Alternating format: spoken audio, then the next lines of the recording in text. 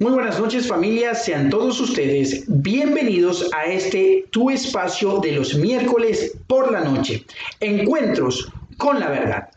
Familia, continuamos con nuestro estudio del Evangelio de Juan y hoy te invito a que leamos y profundicemos el capítulo 17, donde vemos a nuestro Señor Jesús como el gran intercesor. El título de este capítulo es Jesús ora por sus discípulos y algunos teólogos han denominado a este capítulo como el lugar santísimo del Evangelio de Juan, conocida como la oración sacerdotal. Este pasaje es muy alentador para un hijo de Dios. Lo fue para sus discípulos, sus primeros receptores, y también lo es para nosotros, pues en sus muy nutridas palabras de afecto, Jesucristo nos dice lo siguiente, versículo 20. Mas no ruego solamente por estos, sino también por los que han de creer en mí por la palabra de ellos. Familia, si el Padre nuestro nos muestra la manera como debemos orarle al Padre, la oración sacerdotal nos revela la forma como el Hijo ora al Padre en favor de nosotros. Esta es una oración llena de ternura, de cuidado y de protección. Está revestida de excelencia, gloria y de majestad. Pero sobre todo, esta es una oración que trasciende en el tiempo y se incrusta en la misma eternidad. En esta oración descubrimos el lugar donde el Señor finalmente nos quiere tener cuando estemos en su presencia. Observemos lo que dice el texto en el verso 24. Padre, aquellos que me has dado, quiero que donde yo estoy también ellos estén conmigo, para que vean mi gloria que me has dado, porque me has amado desde antes de la fundación del mundo. Familia, desconocemos el contenido de todas las oraciones que Jesucristo hizo aquí en la tierra, pero en esta exclusivamente podemos ver la forma como Él oraba a su Padre. ¿Cuánta falta nos hace aprender a nosotros esta manera de orar? Descubramos el tesoro de esta oración intercesora. De los versos del 1 al 5 notamos primero que en esta oración es la forma como Jesús oraba. Juan lo vio cuando comenzó a orar y se percató que Jesús, levantando los ojos al cielo, comenzó a dirigirse a su Padre. Fue una oración hecha con los ojos abiertos. Está dirigida hacia el cielo, que es el lugar donde mora el Padre Celestial. La hizo después de haberles dado muchas instrucciones antes de su muerte. La hizo después de haber instaurado la Santa Cena, pero sobre todo la hizo justo antes de ir a la cruz. Y la hizo como parte de lo que sigue siendo su ministerio en los cielos. Él es el intercesor delante del Padre Celestial. Nadie puede sustituir la oración. Nosotros debemos recordar que nuestro Dios es el Padre nuestro que está en los cielos. El mismo Cristo lo va a llamar aquí Padre Santo y Padre Justo. Dice también, la hora ha llegado. Si algo sabía Jesús era que su momento para morir ya estaba cercano. Aquella era la hora de las tinieblas, la hora de Satanás, la hora de todos sus enemigos. Pero veamos que paradójicamente aquella también era la hora del cielo, la hora divina. Aquella hora era para ambos, el Hijo y el Padre, ¿no? Y que dentro de ellos se manifestara esa gloria mutua. Notemos que antes que otra cosa, Jesús ora por sí mismo. En todas las oraciones que conocemos de él, las oraciones eran a favor de otros, pero ahora él estaba pidiendo por sí mismo. Esto lo hacía porque Dios le había dado toda potestad sobre toda carne. Es en base a esa autoridad que él se dirige hacia su Padre. Jesucristo nunca buscó su propia gloria, sino más bien buscaba la gloria de su Padre. ¿En qué consiste la vida eterna? Vemos en el verso 3. Si no conocíamos la definición de la vida eterna, En este solo texto tenemos una explicación muy clara y directa. La vida eterna consiste en conocer al Dios verdadero, pero a través de Jesucristo, porque Él vino de su seno. Vemos en el verso 4 que dice: yo te he glorificado en la tierra. Aquí Jesús viene para presentar su reporte del trabajo encomendado. La misión de Jesús fue cumplida totalmente. Los hombres supieron que Él vino del más allá para dar a conocer la gloria del Dios no conocido. La obra que Dios le dio, Él la cumplió. En la cruz pudo decir: consumado es. Ahora pues, Padre, glorifícame tú al lado tuyo. Vemos en el verso 5. Notemos la fuerza de estas palabras: tú y al lado tuyo. Jesús no quería otra gloria que no viniera de su Padre. La gloria que pudo haber recibido de los hombres era simplemente una vana gloria. Pero ¿con cuál gloria Jesús quería que se le glorificara? Con aquella gloria que tuve contigo antes que el mundo fuese. ¿Cómo sería esa gloria a la que Jesús pide al Padre que se la dé? Dice de los versos 6 al 12, veamos el 6. Tuyos eran y me los diste. Después que Jesús ora por sí mismo, ahora se enfoca en los hombres que le acompañaron durante su ministerio. Una de las cosas que hizo fue manifestarle a ellos al nombre de Dios. En sus vidas quedó grabado el nombre del Padre, así como el del Dios verdadero. Jesús reconoce que los hombres que le han acompañado hasta ese momento fueron escogidos por Dios mismo. Cuando Él los llamó para que les acompañara, lo que hizo fue seleccionar a los elegidos, entre los que también estaban incluidos Judas Iscariote. Pero fijémonos que todos estos, a excepción de Judas Iscariotes, habían guardado tu palabra. Qué glorioso testimonio para un hijo de Dios, que el mismo Señor Jesús nos diga que hemos guardado su palabra. Ninguna meta podrá ser más grande que guardar la palabra de nuestro Señor. En el verso 8 dice: y han conocido que verdaderamente salí de ti. Aun cuando ciertamente en los discípulos había todavía ciertas dudas, sobre todo por el tipo de Mesías que ellos esperaban, hasta aquí ellos reconocieron que Jesús vino del Dios mismo por los hechos que Él hizo. Ellos vieron cómo Él reprendió a los mares, cómo resucitó a los muertos, cómo dio vista a los ciegos y que también perdonó de los pecados a todos los hombres. Nadie más, sino uno que haya venido del cielo, podría hacer todas estas cosas. La tarea de un siervo de Dios no puede ser menos que esta.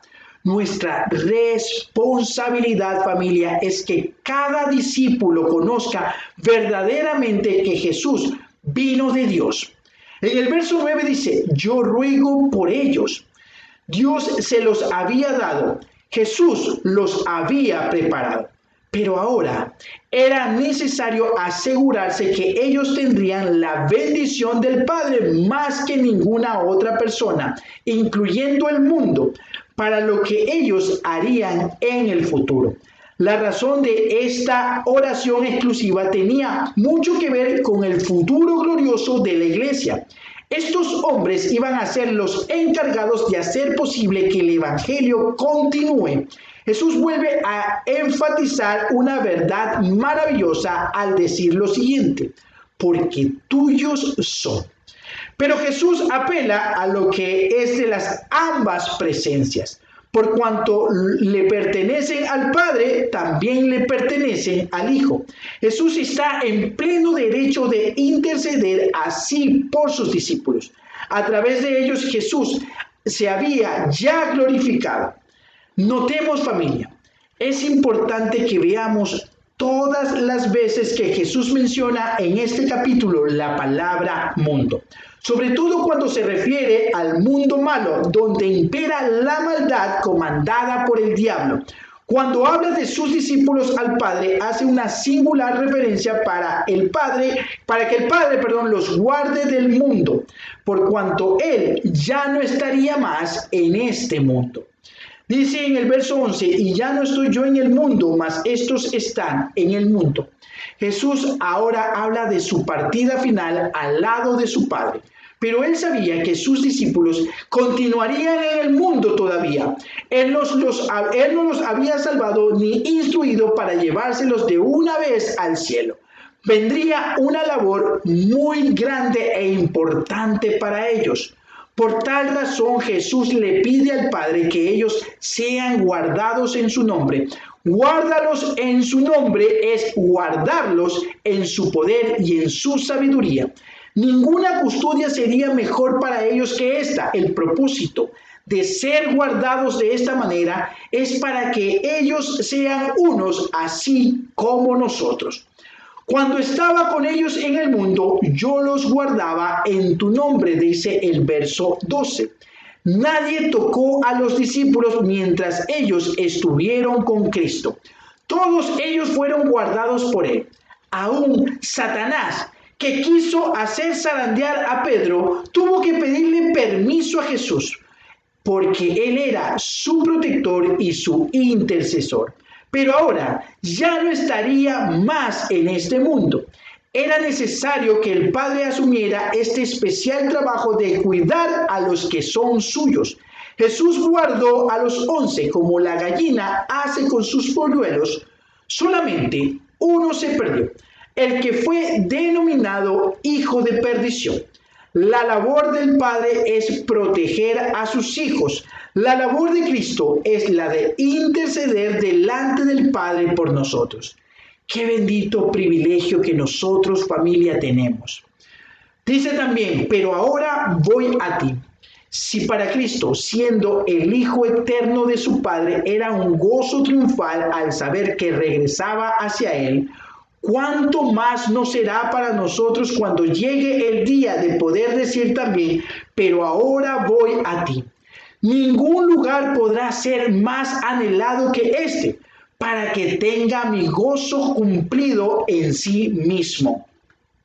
Cuando ellos pensaban que todo se había acabado y por eso una gran tristeza inundó sus corazones, ahora es cuando Jesús sabe que comenzará el gozo para ellos. Jesús de una manera profética vislumbra el día cuando ellos estarían gozando al ver las maravillas del Padre. Yo les he dado tu palabra y el mundo los aborreció porque no son del mundo como tampoco yo soy del mundo. Jesús les dio a sus discípulos la palabra antigua, aquella que hablaba de él, pero sobre todo les dio su propia palabra, la que Dios reveló en los últimos tiempos refiriéndose a él mismo. Los discípulos recibieron una palabra que nadie más había recibido y que a todos nos hubiese gustado recibir en su tiempo. Y por esa palabra, el mundo los aborreció. ¿Por qué razón? Porque ellos ni nosotros somos del mundo, como nuestro Señor Jesucristo tampoco lo fue. Veamos que hay un ruego especial en los versos 15 y 16. Esta oración Jesús le pide al Padre que sus discípulos sean guardados del mal. Él está consciente que ellos no podían ser retirados del mundo todavía porque apenas comenzaba la tarea. Pero una cosa sí era necesaria, y esa era que ellos fueran preservados de la maldad que existe en el mundo. Al decirles esto, les habla de su propia naturaleza. Él no era de este mundo, pues había venido de arriba. Dice también, santifícalos en tu verdad, tu palabra es verdad. Nada le hace más bien a la vida espiritual que vivir una vida de santidad. Y no puede haber una vida de santidad a menos que sea lograda en la verdad. Y no hay verdad fuera de la palabra de Dios. Entonces, nada hará más bien al alma que el ser santificados en la verdad. Es algo extraordinario, familia, pensar que el gran deseo de nuestro Señor es que sus hijos sean santificados. ¿Por qué razón? Porque sin santidad nadie verá al Señor. Notemos la similitud de este texto. En el verso 19, y por ellos yo me santifico a mí mismo, para que también ellos sean santificados en la verdad. Como tú me enviaste al mundo, así yo los he enviado al mundo. Veamos el carácter de la gran comisión. Jesús fue enviado de arriba al mundo. Su comisión fue cumplida. Ahora, en su oración, él decía que los discípulos puedan ser tan obedientes como él lo fue con su Padre. Los discípulos no fueron solos al mundo. Ellos recibieron del Señor la orden, recibieron el llamado. Lo importante será el cumplimiento del programa. De los versículos 20 al 21, Jesús ve la historia de la humanidad en los próximos 20 siglos. Él sabía cuánta reproducción habría de su palabra a través de sus discípulos. Jesús vio los tiempos de la iglesia a través de la historia. Él vio nuestro momento, de allí lo elevado de esta oración. ¿Cuál era el propósito, familia, de esta oración? Era para que ellos y nosotros fuéramos uno como el Padre y el Hijo lo son. Jesús sabía que solo la unidad los haría indivisibles, pero solo la unidad permitiría llegar con el mensaje de esperanza a sus vidas. Jesús se queda ahondando en uno de los asuntos más extraordinarios y necesarios de una iglesia. Vemos de los versículos 22 al 23. Su unidad. Cuando la unidad se resquebraja, sufre el cuerpo de Cristo. Se produce un mal testimonio para los de afuera. La unidad deseada por Cristo estaba sustentada por la gloria que Él mismo les había dado. Ellos eran testigos de la gloria de Dios manifestada a través de muchas formas. Ellos fueron testigos de su gloria. De los versos para terminar, del 24 al 26. Mejor no podía terminar esta oración. Aparte de pedir por ellos, que sean guardados del mundo y que perseveren en la unidad de una manera que el mundo pueda ver eso en sus vidas. Jesús se asegura con su Padre de tener a los que son suyos muy cerca de Él en el cielo. Su deseo era que ellos pudieran ver la gloria eterna que dice, tuve contigo antes que el mundo fuese. ¿Y qué manera, familia, de terminar esta oración? Cristo finalmente dijo, y les he dado a conocer tu nombre y lo daré a conocer aún, para que el amor con que me has amado esté en ellos y yo en ellos. Qué bello mensaje, familia, que vemos en este capítulo 17. Jesucristo es nuestro intercesor delante del Padre Celestial. Qué maravilloso privilegio que tenemos todos los que amamos a nuestro Señor, los que le servimos con todo el corazón y de una manera muy humilde. Este es el mensaje que vemos en este capítulo 17. Y todos decimos amén. Y familia, asimismo te invitamos a que compartas este mensaje a través de tus páginas y de tus redes sociales. Y asimismo te unas a nuestra hermosa comunidad internauta en las diferentes redes sociales que tenemos, como en Facebook, en Instagram y en YouTube. Todos nos puedes buscar como Senti Hudson, Iglesia Cristiana Senti Hudson. Y en este momento, familia, terminamos en oración, pidiéndole al Señor que sea cuidando de nosotros y que a través de este capítulo nosotros veamos claramente cómo nosotros también tenemos que interceder a nuestro Padre Celestial por otras personas.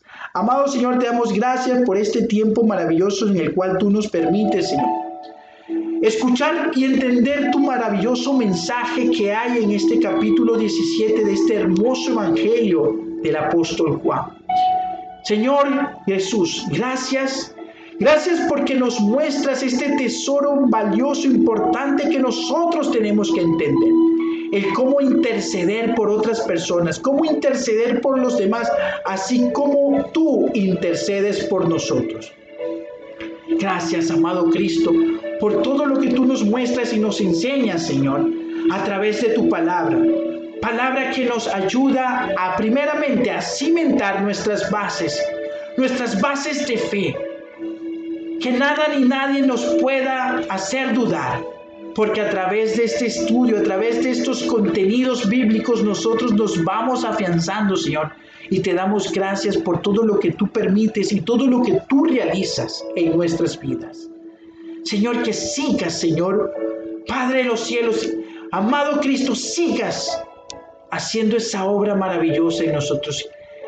Bendito Padre, que tú continúes formando en nosotros esos siervos fieles y humildes, que podamos ser útiles, que podamos hablar del Dios verdadero, de ese Padre santo y de ese Padre justo, y de todas las obras maravillosas, que demos testimonio de lo que ha venido haciendo en nuestra vida y de lo que seguirá haciendo, de todo lo que podemos vivir confiados.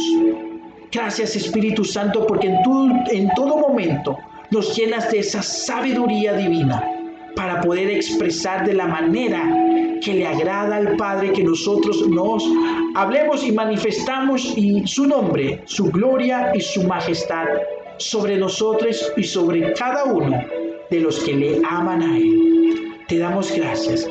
Que la bendición del Padre, del Hijo y del Espíritu Santo caiga sobre tu vida hoy y siempre. Un abrazo, familia. Amén. Dios te bendiga.